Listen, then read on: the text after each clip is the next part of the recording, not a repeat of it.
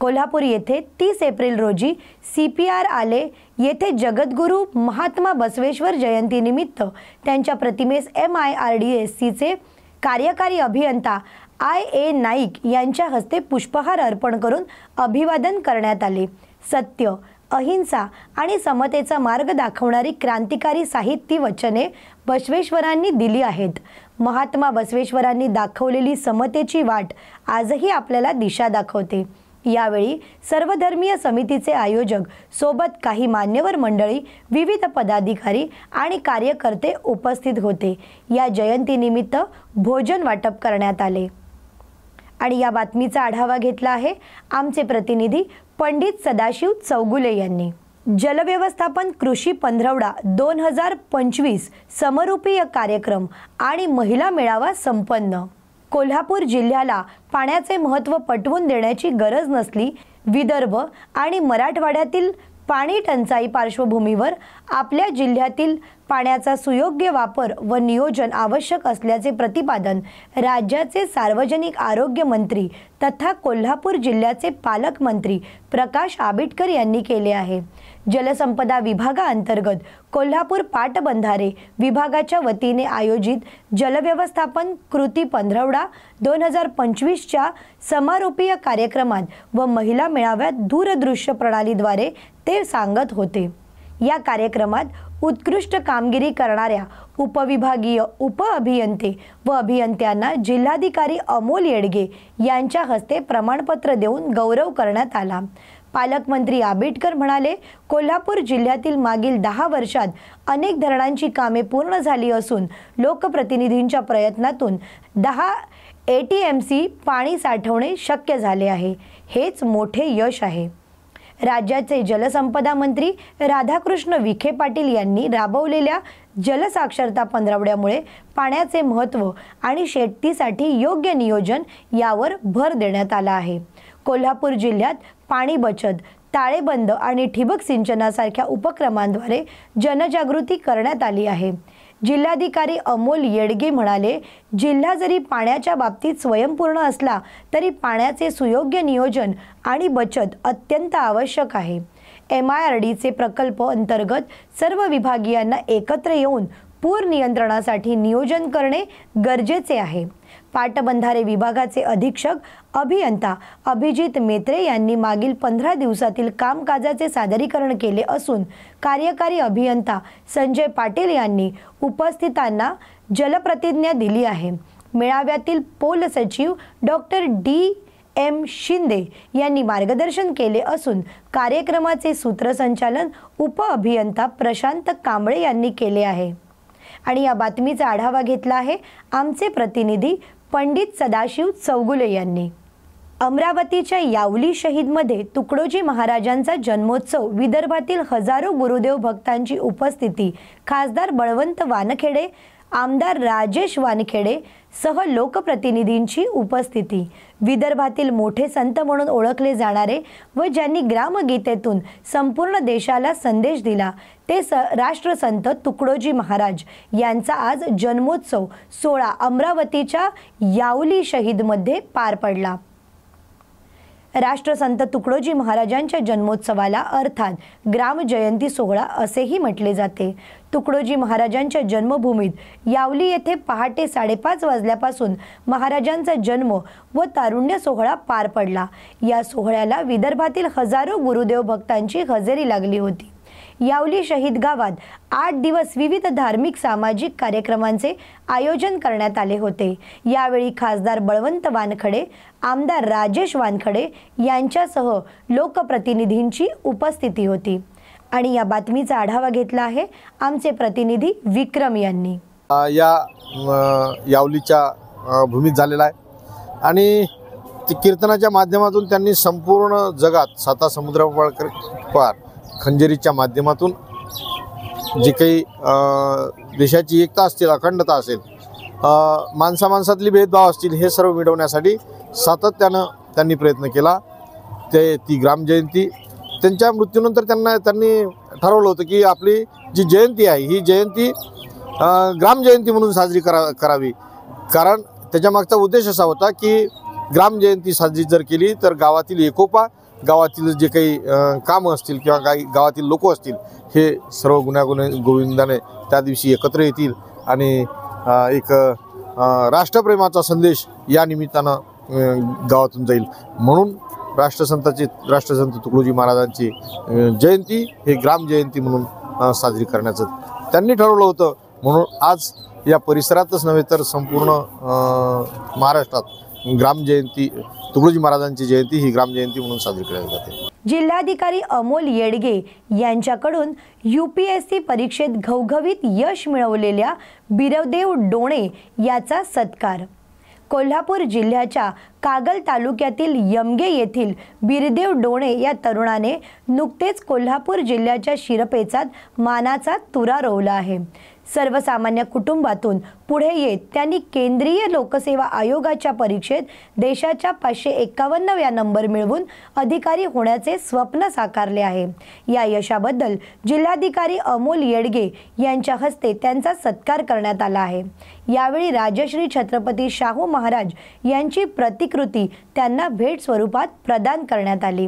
कार्यक्रमाच्या वेळी मुख्य कार्यकारी अधिकारी कार्तिके NS निवासी, उपजिल्हाधिकारी संजय तेली यांच्यासह अन्य मान्यवर मंडळी उपस्थित होते.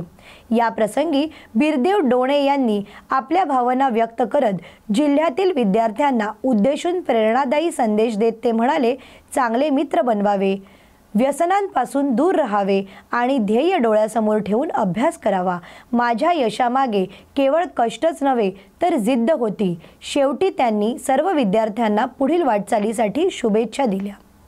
आणि या बातमीचा आढावा घेतला आहे आमचे प्रतिनिधी पंडित सदाशिव चौगुले यांनी. नमस्कार, मी बिरदेव सिद्धा पडवणे. यावर्षी झालेल्या UPSC नागरी सेवा परीक्षेमध्ये 551 रँक घेऊन उत्तीर्ण झालेलो आहे. जे विद्यार्थी UPSCची तयारी करत आहेत किंवा जे विद्यार्थी UPSCची तयारी करू इच्छितात अशा विद्यार्थ्यांसाठी पहिला की जे विद्यार्थी UPSCची तयारी करत आहेत त्यांना की सुरुवातीला 1-2 अटेम्प्ट दिल्यानंतर स्वतःला स्वतः समजते. सो त्यानंतर त्या गोष्टीची माहिती घेऊन तुम्ही पुढे प्रिपेअर करायचे की नाही करायचं याचा योग्य निर्णय घ्यावा.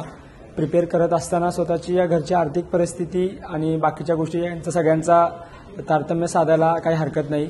1-2-3 अपयशानंतर 1 वर्ष गॅप वगैरे घेणं किंवा करिअरच्या दुसऱ्या अपॉर्च्युनिटीज एक्सप्लोर करायला काही हरकत नाही. खाईन तर तुपाशी नाही तर उपाशी अशी संकल्पना बाळगणे काहीच योग्य नाही आहे. सो चांगले मित्र बनवा, व्यसनापासून लांब राहा आणि जे आपलं ध्येय ठेवले त्या ध्येयासाठी चांगले कष्ट करत राहा. फक्त कष्ट करताना आपल्या परिस्थितीची जाणीव राहू दे. आणि दुसरं की जे विद्यार्थी या UPSCच्या समुद्रामध्ये उडी मारायला इच्छुक आहेत त्या विद्यार्थ्यांसाठी की यशाची जितकी चकाकी आहे त्यासोबत कष्टाचाही खूप मोठा प्रवास आहे. सो या दोन्ही गोष्टीकडून तुम्ही एकदम चांगल्या डोळस वृत्तीने बघायला काही हरकत नाही. कारण यश चांगलं आहेच पण त्यामागे कष्टाचाही प्रवास खूप मोठा आहे. सो दोन्ही गोष्टींची तुम्ही तयारी करायला पाहिजे. बाकी सर्व गोष्टींचा तुम्ही आदर घ्यायला पाहिजे. म्हणजे तुमची घरची परिस्थिती कशी आहे, आर्थिक परिस्थिती कशी आहे, मानसिक सपोर्ट देणारे व्यक्ती कसे आहेत तुम्हाला, तुमचा मित्र परिवार वगैरे या सर्व गोष्टींचा तारतम्य साधून प्रयत्न करायला काही हरकत नाही. तुम्ही प्रयत्न करत असाल आणि तुमच्या भावी वाटचालीस माझ्याकडून शुभेच्छा. कोडोली KDDSC बँक वारणा शाखा घोटाळा प्रकरणी 5 जणांवर कोडोली पोलिसात गुन्हा दाखल. KDCC बँकच्या वारणा नगर शाखेतील 5 कर्मचाऱ्यांनी 3,22,00,000 रुपयांचा घोटाळा केल्याचे प्रकरण उघडकीस आले असून या प्रकरणी वारणा शाखेतील 5 कर्मचाऱ्यांवर कोडोली पोलिसात गुन्हा दाखल केला असून त्यापैकी 4 कर्मचाऱ्यांना कोडोली पोलिसांनी अटक केली आहे. 1 जण अद्यापही फरार आहे. कोल्हापूर जिल्हा मध्यवर्ती सहकारी बँकेची वारणा नगर येथे शाखा असून बँकेतील 5 कर्मचाऱ्यांनी सर्व कर्मचाऱ्यांना संगनमताने बँकेची आर्थिक फसवणूक करून बँकेचा विश्वासघात केला. पे स्लिपवर, चेकवर खातेदारांच्या खोट्या सह्या व बोगस सह्या करून तसेच खातेदारांच्या नावाने बोगस खाती उघडून यातून रक्कम काढण्यात आल्या. खातेदारांची बंद खात्यावरील रक्कम काढून घेतल्या आणि कर्मचाऱ्यांचा यूजर ID पासवर्ड वापरून दिनांक 15 जुलै 2021 ते 20 सप्टेंबर 2024 या कालावधीमध्ये बँकेतील 5 कर्मचाऱ्यांनी संगनमताने 3,22,00,000 रुपयांचा घोटाळा केला आहे. आर्थिक व्यवहारासंबंधी महत्त्वाची कागदपत्रे आणि KYC तपासणी करत असताना बँकेच्या तपासणी अधिकाऱ्यांना वारणा शाखेमध्ये घोटाळा झाल्याची बाब लक्षात आली। त्यामुळे हे प्रकरण उघडकीस आले असून या प्रकरणी जिल्हा बँकेच्या वारणा नगर शाखेतील 5 कर्मचाऱ्यांवर कोडोली पोलिसात गुन्हा दाखल करण्यात आला आहे। जिल्हा बँकेचे उपव्यवस्थापक बाळासोहरी बेलवळेकर यांनी याबाबतची फिर्याद कोडोली पोलिसांना दिली। या घोटाळा प्रकरणी पन्हाळा तालुक्यातील मुकेश विलास पाटील क्लर्क, आरळेतील शिवाजी शहाजी पाटील कॅशियर, कोडोलीतील मीनाक्षी भगवान कांबळे कॅशियर, कोडोलीतील शरीफ मुमताज मुल्ला कॅशियर या चौघांना कोडोली पोलिसांनी अटक केले आहे। जिल्हा बँकेच्या वारणा शाखेच्या शाखाधिकारी पन्हाळा तालुक्यातील कडे येथील तानाजी ईश्वरा पोवार हा फरार असून त्याला अद्यापही अटक झालेली नाही। याबाबत आर्थिक गुन्हे शाखेच्या पोलीस उपअधीक्षक सुवर्णा पत्की अधिक तपास करत आहेत। आणि या बातमीचा आढावा घेतला आहे आमचे प्रतिनिधी किरण मस्कर यांनी। यवतमाळ येथील वीरशैव मंडळ आणि वसुधा प्रतिष्ठान यांच्या वतीने बसवेश्वर महाराज 920वी जयंती साजरी। यवतमाळ जिल्ह्यातील वीरशैव आणि वसुधा प्रतिष्ठान यांच्या वतीने महात्मा बसवेश्वर यांची 920वी जयंती साजरी करण्यात आली असून या प्रसंगी भव्य शोभायात्रेचे आयोजन करण्यात आले होते। शोभायात्रेत बसवेश्वर यांच्या जीवनावर आधारित सजीव देखावा तसेच चालत्या वाहनांमध्ये पारंपरिक आणि मल्लखांब खेळांचे सादरीकरण करण्यात आले आहे। शोभायात्रा शहरातील मुख्य मार्गावरून फिरून वाणीपुरम यवतमाळ येथे संपन्न झाली। दिवसभर विविध कार्यक्रमांचे आयोजन करण्यात आले होते। मोटरसायकल रॅली, चित्रकला स्पर्धा, वक्तृत्व स्पर्धा याचे सुद्धा आयोजन समितीच्या वतीने करण्यात आले होते। या बातमीचा आढावा घेतला आहे आमचे प्रतिनिधी निळकंठ माणकर यांनी। डोगी गावातील शेत वस्तीवर सशस्त्र दरोडेखोरांचा धुमाकूळ, शस्त्राचा धाक दाखवून मारहाण करत 2 शेतकरी कुटुंबियांना लुटले। गंगापूर तालुक्यातील टोकिया गावातील शेतवस्तीवर राहणाऱ्या शेतकऱ्यांच्या घरावर दिनांक 29 एप्रिल रोजी मध्यरात्री शेतकरी कुटुंबीय झोपले असताना 8 ते 10 सशस्त्र दरोडेखोरांनी शेतकऱ्यांच्या घरावर दरोडा टाकून दोन्ही शेतकरी कुटुंबियांना बेदम मारहाण करून त्यांच्या जवळील रोख रक्कम तसेच त्यांच्या अंगावरील दागिने बळजबरीने हिसकावून घेतले। सदर प्रकरणी शेतकऱ्यांच्या फिर्यादीवरून MIDC वाळूज पोलीस ठाण्यात गुन्हा दाखल करण्यात आला आहे। कारभारी बाबूराव शेजवळ वय 45, व्यवसाय शेती, राहणार टोकी, दोघी शिवारीतील गट नंबर 9 मध्ये आपली उपजीविका चालवतात। व्यवसायाने शेतकरी, वय वर्ष 45 असलेले बाबूराव शेजवळ व त्यांच्या शेजारी राहणाऱ्या त्यांचा भाऊ भीमराव शेजवळ हे दोघेही शेती करून आपला उदरनिर्वाह करतात। त्यांच्या घरी रात्री 10च्या दरम्यान दोन्ही कुटुंबीय झोपले असताना दरोडेखोरांनी दरोडा घातला। मुलापतीसह त्यांनी लाकडी दांड्याने तसेच हातापाट पटाने मारहाण करून कुऱ्हाडी व चाकूचा धाक दाखवत घरातील महिलांच्या अंगावरील दागिने तसेच कपाटातील रोख रक्कम असा एकूण 2,11,000 रुपयांचा मुद्देमाल लुटला। त्यांच्या शेजारी राहत असलेल्या भावाच्या घरावरही दरोडा टाकत भीमराव शेजवळ व त्यांच्या पत्नीला मुलाला मारहाण करून त्यांच्या जवळील दागदागिने तसेच रोख रक्कम एकूण 3,36,000 रुपयांचा ऐवज लुटला। सदर प्रकरणी शेतकरी कुटुंबियांच्या फिर्यादीवरून MIDC वाळूज पोलीस ठाण्यात गुन्हा दाखल करण्यात आला असून दरोडेखोरांचा MIDC वाळूज पोलीस शोध घेत आहेत। आणि या बातमीचा आढावा घेतला आहे आमचे प्रतिनिधी गजानन राऊत यांनी। माझं नाव कल्याणी कारभारी शेजवळ, राहणार टोकी इब्राहिमपूर। मी कारभारी शेजवळ यांची मुलगी। सर ॲक्च्युली रात्री 12:30 ते 1च्या दरम्यान रात्री चोर आले होते। ते आले तर डायरेक्ट म्हणजे आजी झोपलेली होती घरात आणि भाऊ बाहेर झोपलेला होता। तर आजीचा दरवाजा ओपन होता तर मग चोर डायरेक्ट आजीच्या घरामध्ये घुसले। मग आजी आरडाओरडा करायला लागली म्हणून भैया बाहेर झोपला होता तो उठला तर त्याच्याजवळ पण चोर उभे होते। तर ते उठला सरच्या चोरांनी त्याच्यावर हमला केला, म्हणजे त्याला मारलं तर त्याच्या डोक्याला लागलं। तर त्याला 4 टाके पडले। तर सध्या घाटीला आहे हॉस्पिटलला। आणि त्याच्यानंतर तो ओरडला, त्याला जेव्हा मारलं तेव्हा तो ओरडला. तर मग तो म्हणजे जोरात म्हणला पप्पा पप्पा करायला लागला. म्हणून आम्ही सगळे घाबरलो, अचानक तो का ओरडला म्हणून पप्पा घराच्या म्हणजे पप्पांनी आम्ही दरवाजा ओपन केला. सगळ्यात पहिले पप्पा घराच्या बाहेर आले. पप्पा घराच्या बाहेर आले तर येत नाही तर लगेच त्यांनी पप्पावर पण हमला केला. म्हणजे पप्पाला पण डोक्याला मारलं किंवा काठी होती, दांडा होता त्यांच्याकडे, त्यांनी डोक्यात मार केला. पप्पा मग खाली पडले आणि मग खाली पडले तर मग पप्पाला असं वाटलं की मी जर दांगोडा केला तर हे अजून मारतील, म्हणून पप्पा एकदम शांत पडले. तर त्यांनी अजून म्हणजे पाठीमध्ये इकडे तिकडे मारायला लागले. आणि पप्पाच्या हातामध्ये अंगठ्या वगैरे होत्या, गळ्यात चेन होती ते पण काढून घेतली. हातामध्ये अंगठ्या होत्या ते निघत नव्हत्या, तर मग हातावर पाय देऊ ते अंगठ्या काढल्या त्यांनी आणि अंगावर पाणी टाकू टाकू मारत होते. त्याच्यानंतर मग मम्मी पण गडबडली ना, तर मग मम्मी पण दरवाजा ओपन करायला लागली. पण ते दरवाजातच उभं होते, तर अचानक सगळे आतमध्ये घुसले. म्हणजे आम्हाला बाहेर यायचं काही चान्सच झाला नाही. आणि डायरेक्ट चाकू गळ्याजवळ लावला आणि म्हणजे दांगोडा करायचा नाही म्हणे, दांगोडा केला तर मार खायचा म्हणे, शांत बसा म्हणे, तर जे असेल ते सगळं काही काढून द्या म्हणे.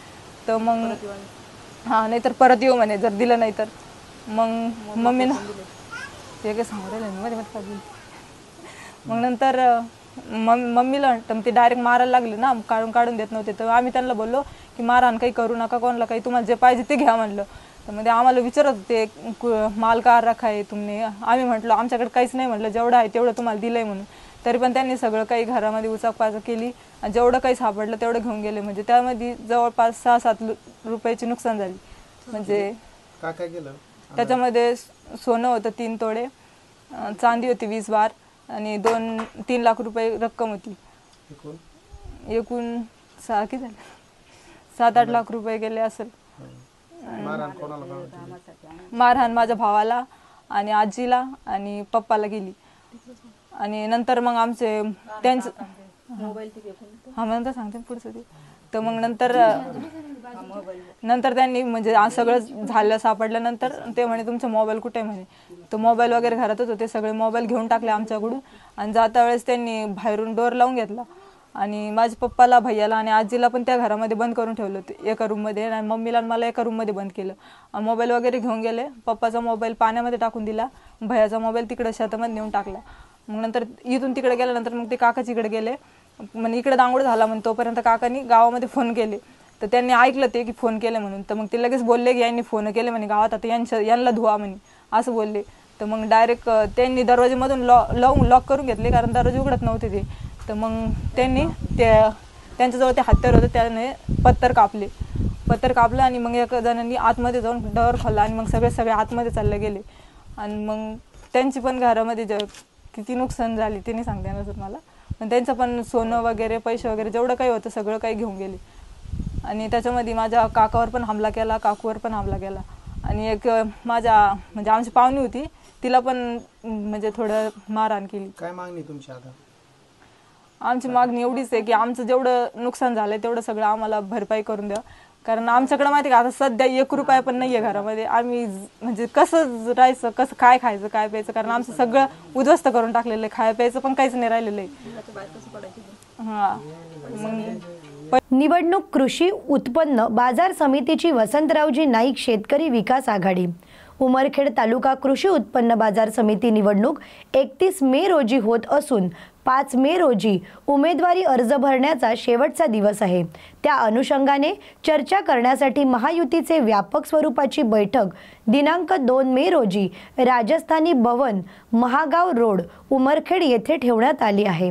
तरी 2 मे या तारखेला दुपारी 3 वाजता उमरखेड या तालुक्यातील सर्व का सहकारी संस्थेचे अध्यक्ष, उपाध्यक्ष, सर्व ग्रामपंचायतीचे सरपंच, उपसरपंच व सदस्य, सोसायटीचे अध्यक्ष, उपाध्यक्ष व सदस्य, व्यापारी व हमाल मतदार बंधूंनी राजस्थानी भवन येथे उपस्थित राहावे असे निवेदन माजी आमदार प्रकाश पाटील देवस्कर यांच्याकडून करण्यात आले आहे. आणि या बातमीचा आढावा घेतला आहे आमचे प्रतिनिधी संतोष आडे यांनी. जय श्री कृष्ण, जय श्री राम. उमरखेड तालुक्यात कृषी उत्पन्न बाजार समितीची निवडणूक 31 मे रोजी होऊ घातलेली आहे. बंधुजनो, उद्याच्या 5 मेला उमेदवारी अर्ज भरण्याचा शेवटचा दिवस आहे. ही निवडणूक महायुतीच्या सर्व नेत्यांनी वसंतरावजी नाईक साहेब शेतकरी विकास आघाडी या नावानं लढण्याचा निर्णय घेतलेला आहे. महायुतीतल्या सर्व पदाधिकाऱ्यांची आणि सर्व मतदारांची मीटिंग 2 तारखेला 3 वाजता राजस्थान भवनमध्ये आपण बोलवलेली आहे.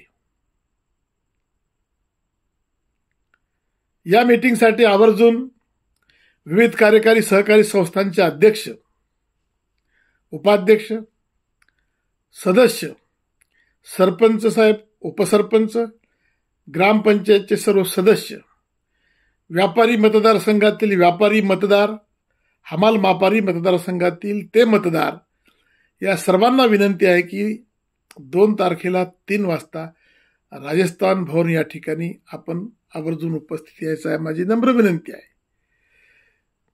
या आघाडीमधले सर्वच नेते या बैठकीला हजर राहणार आहेत.